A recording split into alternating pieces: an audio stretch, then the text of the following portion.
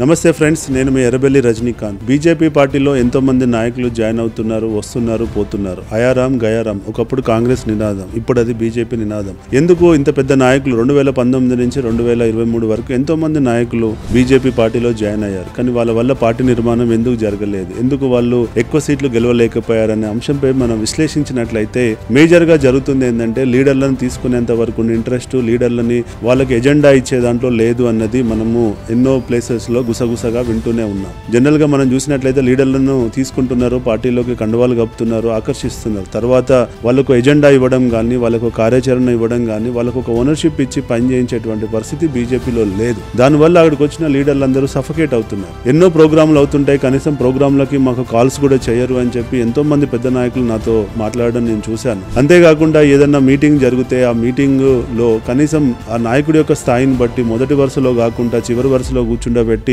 హ్యూములేట్ చేస్తారు అని చెప్పిన సందర్భాలను కూడా మనం చూస్తున్నాం. పార్టీ నుంచి ఏదన్నా స్పందించాల్సి వస్తే 4-5 లీడర్లు మాత్రమే నాంపల్లి బీజేపీ ఆఫీస్ నుంచి స్పందిస్తారు తప్ప వాళ్ళ యొక్క స్థాయిని బట్టి ఎవరెవరిని ఎక్కడ వాడాలి, ఎవరికి ఎవరి ద్వారా కౌంటర్లు ఇప్పియాలనేటువంటి ప్రణాళిక బీజేపీలో లేకపోవడం దురదృష్టకరం. ఇంతేకాకుండా వాళ్ళు వచ్చిన నాయకులని ఓల్డ్ నాయకులు వర్సెస్ సీనియర్ నాయకులు వర్సెస్ ఇప్పుడు వచ్చిన నాయకుల మధ్యలో ఎంతో వైరుధ్యాలు ఉంటున్నాయి. నువ్వు ఇప్పుడే వచ్చావు కదా అనే విధంగా ఎంతసేపు ఓల్డ్ నాయకులే డామినేట్ చేయడం, గదే 20 మంది బీజేపీ ఫ్రంట్ రోలో ఉండి వచ్చిన వాళ్ళందరినీ హ్యూమిలేట్ చేయడం వల్ల వాళ్ళు వచ్చిన ఎంత స్పీడ్గా వస్తున్నారో అంతే స్పీడ్గా బీజేపీ నుంచి వెళ్ళిపోతున్నారు. ఇది గనక పార్టీ దీనిపై విశ్లేషించుకొని ఆత్మవిమర్శ చేసుకొని ముందుకెళ్ళకపోతే ఎంతమంది బీజేపీలోకి వచ్చినా కానీ వేస్ట్. ఫాస్ట్గా వస్తారు, ఫాస్ట్గా పోతారు. ఆయారాం గయారాం అని బోర్డు పెట్టుకుంటే బెస్ట్. జై హింద్.